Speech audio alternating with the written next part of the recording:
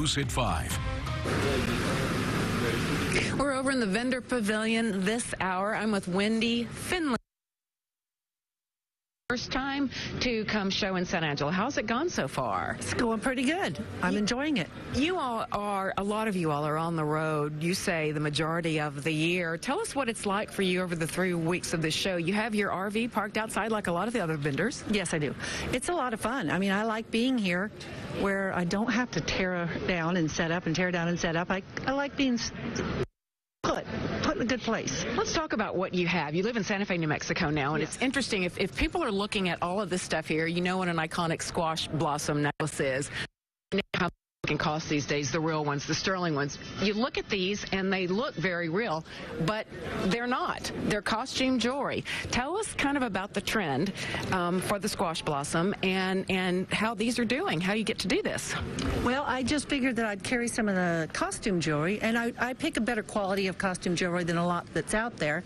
I hand pick every piece, and it's for the girls that want to dress and have that beautiful squash blossom, but they can't afford $3,000, $4,000, $5,000. So my stuff is a lot more affordable, and it's lighter weight, so it's a lot easier to wear as well. And it's interesting, too. Some of these are even tarnished. I mean, they look antiqued, yes. You know, which is interesting, or some are shiny and look like they've just been polished. Yes, it's both. Well, because the Navajo pearls have a natural patina to them, where that's where you come in with the kind of the tarnished look, but then you have the regular standard sterling silver, and that's why it's shiny. And it's just a trend, and the girls love it. I mean, I don't know if it's really gone out, but I mean, I've been doing this for about 6 years with this stuff, and the girls are still liking it and still buying it. Well, it seems almost like it's coming back. I mean, people who've had this stuff in the family, their heirlooms actually, yes. You know, have been will wear them to the rodeo, but it seems like the style is kind of coming back overall, not just whether people are going to a rodeo or not. Yeah, you'll see these things on women all over the place. It's not just rodeos. It's everywhere. I go to all different kind of events, and they buy all this stuff everywhere I go. I think it's also interesting. You have some of the real stuff here, and you actually talk to buyers who are the actual artists. Who tell us about some of this other real stuff you have here and how you get that. Well, yes, I have.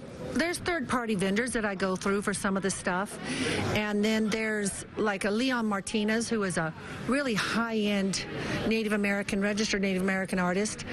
His wife and I are friends, so I carry some of his stuff, which is amazing, amazing quality. And then I have Priscilla Apache. She's a registered Native American. I work directly with her as well. Just, you know, different